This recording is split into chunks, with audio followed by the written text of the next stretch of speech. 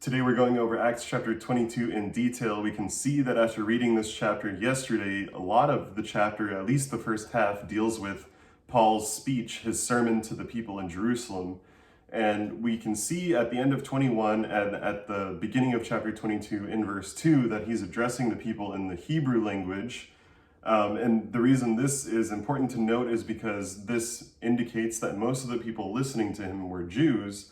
Most of the people that knew the Hebrew language would have been Jews, if not all of the people that knew the Hebrew language at this time, because most people knew Koine Greek at the very least. And so it's interesting that he addresses them in the Hebrew language, most likely trying to show them more definitively that he is actually Jewish.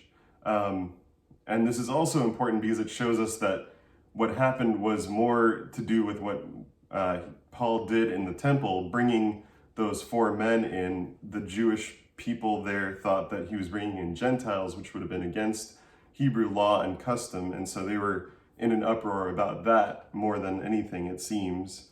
But he addresses them in the Hebrew language and they become quiet because they hear that it's their tongue, and it shows them that he is potentially and most likely one of them.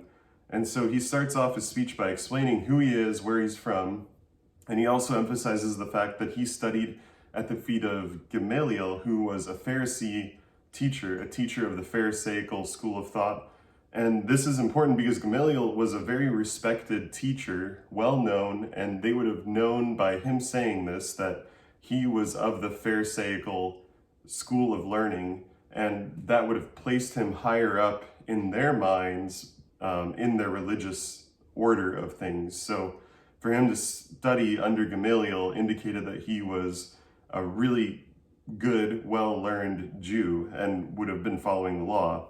And so this gives them some background to why Paul is speaking. And he goes over the story that we all know because we've heard it several times throughout Acts about him seeing the bright light, speaking to God, and this goes on through verse 21, where he says, "Go, for I will send you far away to the Gentiles." This is God speaking to Paul. And after this, it says, up to this, the people listened to him. Again, they're Jewish, and so they don't want to hear that the word of God is also for the Gentiles. And so they say, "Away with such a fellow from the earth, for he should not be allowed to live," because this was blasphemy in their minds. So the tribune is still there, the Roman official, and he brings Paul to the barracks, saying that he should be examined by flogging. This is a common practice in the first century AD. If they are not a Roman citizen, people could be tortured to get the truth out of them before they were even tried. Most people weren't tried. Some other things that go along with Roman citizenship, which we find out later that Paul is a Roman citizen.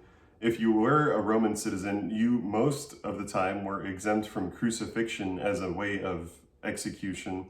A lot of the crucifixions that we hear about are those who are not Roman citizens. And that's the case for Roman citizens unless they betray the kingdom, the empire. So there are stories of different officials in the Roman government who, like there was one who supported Spartacus in his revolt, and he was crucified, even though he was a high general in the Roman army.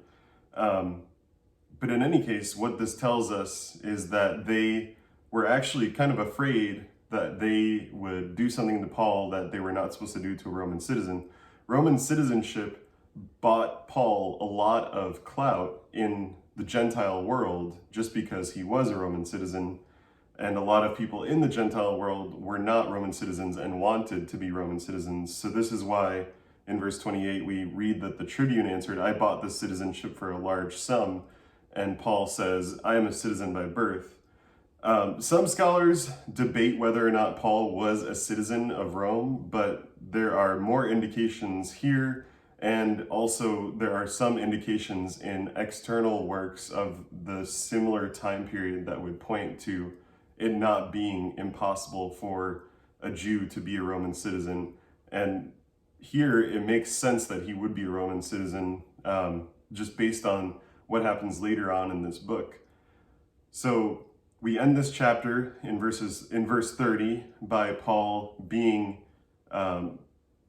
brought to the council. So it says, after all of this, it says, on the next day, desiring to know the real reason why he was being accused by the Jews, the tribune unbound him and commanded the chief priests and all the council to meet. And the tribune brought Paul down and set him before them. So essentially what the tribune has done is he's washed his hands of the matter. He says, I would rather have the Jewish council, the Jews, take care of this, because I don't really know what the issue is, but we have to try Paul because I cannot torture him for answers. So the tribune is actually put in a tough spot legally, because the easiest thing for him to do normally would be to torture this person to figure out what they've done or what they didn't do, but he can't do that now. He has to give Paul a full trial before he can sentence him to anything. So here again, we see that God has prepared Paul for the journey that he has been taking, and he's prepared Paul in various different ways, both in his learning, in his language skills, and in the citizenship that he was born into, being a Roman citizen and also a Jew. We'll read chapter 23 tomorrow. I hope you have a great day. Enjoy the cold weather, and I will see you guys tomorrow.